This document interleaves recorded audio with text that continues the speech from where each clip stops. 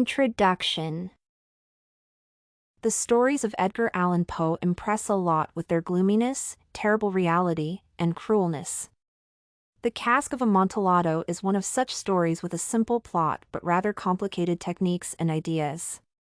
On the one hand, the Cask of Amontillado is a story of one person's revenge over another person.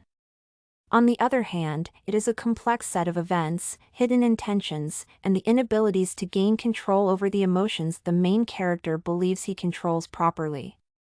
In the current paper, the setting, characterization, narration, and plot of the Cask of Amontillado are analyzed to understand true intentions of the author and realize how many complicated things may be hidden between the lines of a short story where the revenge of the main character fulfills all the actions and words and defines the climax that impresses the reader. Setting. There are no definite data or addresses described in the story. Still, it is mentioned that it was about dusk, one evening during the supreme madness of the carnival season. As soon as the main characters left the carnival, the main setting of the Cask of Amontillado was the catacombs of the Montresors, where a cask of Amontillado could supposedly be, and then a particular vault where Fortunato was immured. Characterization. There are two main characters in the Cask of Amontillado. However, three names are actually mentioned. That is why it is possible to admit that one character, whose name is mentioned only, is supportive. The main character, Montresor, is the protagonist. Still, his intentions to take an act of revenge and kill a person by means of torturing cannot be defined as good ones. Another important character, Fortunato, is the antagonist, who has insulted the protagonist before the actual events are described in the Cask of Amontillado. Finally, Lucrece is a kind of supporting character, who is mentioned as an ignoramus, not able to tell Amontillado from sherry. Narration. The Cask of Amontillado is the story told by Montresor, a member of a great and numerous family, who has huge catacombs in the vaults with a number of wine bottles. It is a character narrator, who begins his story with the description of his true feelings and coming plans in regard to Fortunato, who has offended him recently, and continues the description of the situation. The main characters are. The peculiar feature of the character is his ability to weight all aspects of his thoughts and the desire to be avenged with a point definitely settled, but the very definitiveness with which it was resolved precluded the idea of risk. Montresor narrates that it is not enough to punish Fortunato, it is more important to punish him with impunity. Such explanations and plans introduce the main character, the narrator of the story, as a person with high ambitions and the inability to forget or forgive, but the necessity to take revenge and end Fortunato's life within a short period of time. Plot. One of the most amazing things of the Cask of Amontillado is the possibility to find some controversial aspects in a simple story. The central issue in the Cask of Amontillado is the idea of revenge and the necessity to make the antagonist suffer as soon as the action is taken. A perfectly developed plan how to make Fortunato regret about his past insults in regards to Montresor is the center of the story. In the beginning, the characters are introduced as noble men, the members of society, and wine experts, who like to follow the traditions and appreciate the quality of food and drinks. However, the intentions Montresor actually has can be hardly defined as those of a noble man.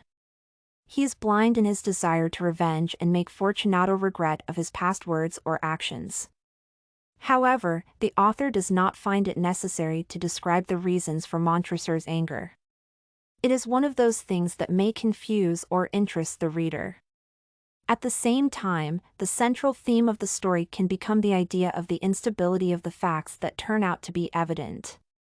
For example, Fortunato is introduced as an expert in vines, but his conditions can hardly be stable because of the number of drinks used during the carnival. A number of questions also take place around the conflict that took place between the characters before the events described in the Cask of Amontillado.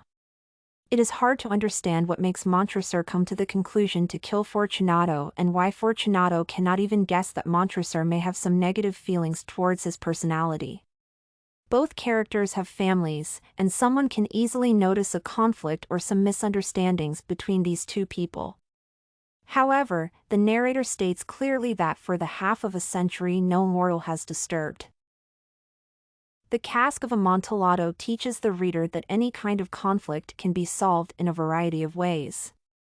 However, each solution is based on the emotions of a person and the conditions under which a conflict takes place.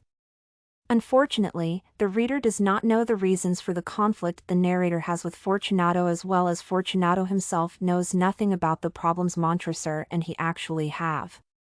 During the whole story, it is interesting to observe how Montresor prepares and develops his revenge. It is hard to guess what method he can choose to remind Fortunato about his offenses. As a representative of Masons, he can use a shovel to hit his victim to death. However, Montresor chooses another method to make Fortunato suffer. He buries him alive, drunk and enchained. Conclusion. In general, though The Cask of Amontillado is not the best and the most prominent short stories written by Edgar Allan Poe, it turns out to be a powerful example of how a human life can be ended unexpectedly. It is also a story of a human life and the desire to take revenge. The Cask of Amontillado does not contain too complicated phrases or ideas. It discloses the peculiarities of a human soul and the necessity to think about the consequences of human words, thoughts, and actions. Besides, it is necessary to be very careful with people whose families have such slogans like the Montresors have. Nemo me impunella cessit. It means that no one can offend me and avoid punishment. This motto can depict the central idea, describe the characters, and prove that goal-oriented people can easily achieve everything they want to achieve. StudyCorgi.com has everything you need for successful studies. Writing tools, informative articles, and essay samples. Come check it out!